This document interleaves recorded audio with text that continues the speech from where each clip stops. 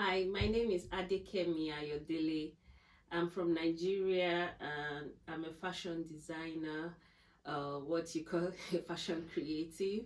My brand is Abake by Equip, and basically I do a blend of traditional fashion with contemporary fashion. So trying to mix traditional African fabrics with into contemporary modern day styles that everybody can relate with.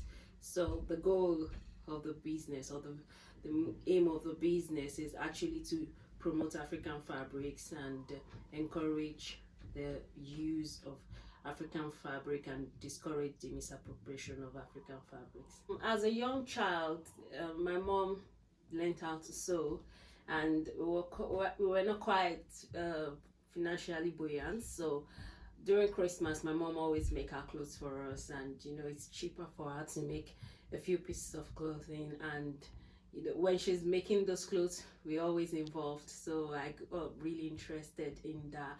And for me, I'm a Yoruba girl.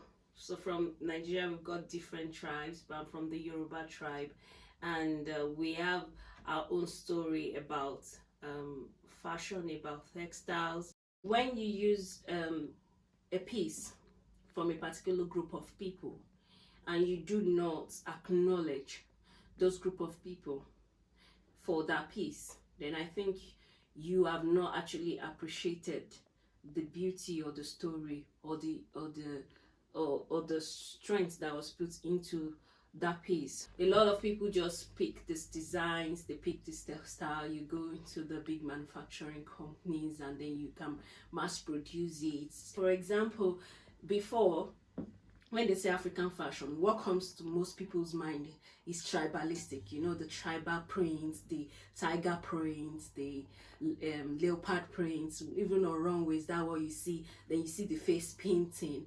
It's not, it doesn't mean that's not true, but that's not the African fashion. That's for a particular tribe.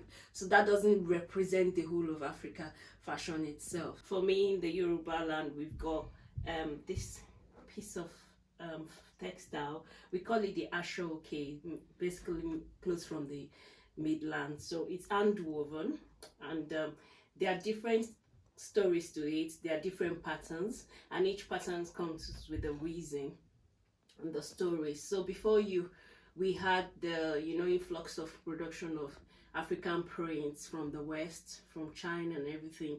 There are indigenous fabrics that people made by themselves, hand woven. This is one of them. And then we've got the traditional tie and dye. Tie and dye is everywhere, but then in Nigeria we have our own specific design. In some African countries they call it mud cloth, but we call it batik, or we call it adire. And then we've got, I'm going to show you the cap. From my tribe, mostly we've got this cap. It looks like what we call durang nowadays because the styles have been changing, but in the traditional form we call it fila. And there are particular ways where you put it on and you style it in a way. For a man, they know you are not married. You style it in a way and they know you are married. So it adds different meanings. This is the cap from the Yoruba tribe. This is made from ashoke, and we call this pattern sonyo. So it's just the threads that are used in weaving it is just basically beige and white and cream, or white or crimson. So mostly back then, before the contemporary fashion and everybody uses everything, is basically used by chiefs if you are in a high position, or in the high council chief. So it's basically used by chief or very rich people. It's the cap that men mostly use it. But nowadays, like I said, fashion is evolving and you see women using some accessory and pieces from men. So you can style it in different ways. Some style it this way. Keep forgetting, I think if it's the left or right, it's one side means you're married, the other side you mean, and some people just style it, put it inside, in between. And back then there was a particular one that is for poor people. They call it the kijipa.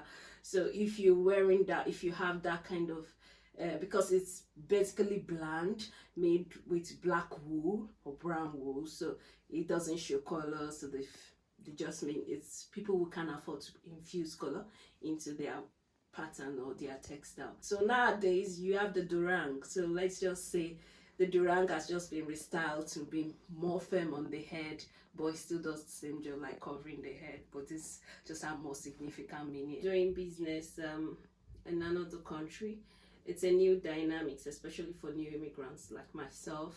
Yeah, there's a lot for you to learn. There's a different culture, and we're different people. The way we are vibrant, kind of, and I think we put that into our business.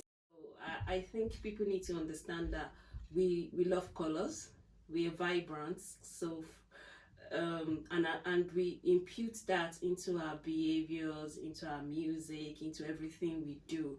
So people shouldn't find it strange or thinking about, oh, they're too loud.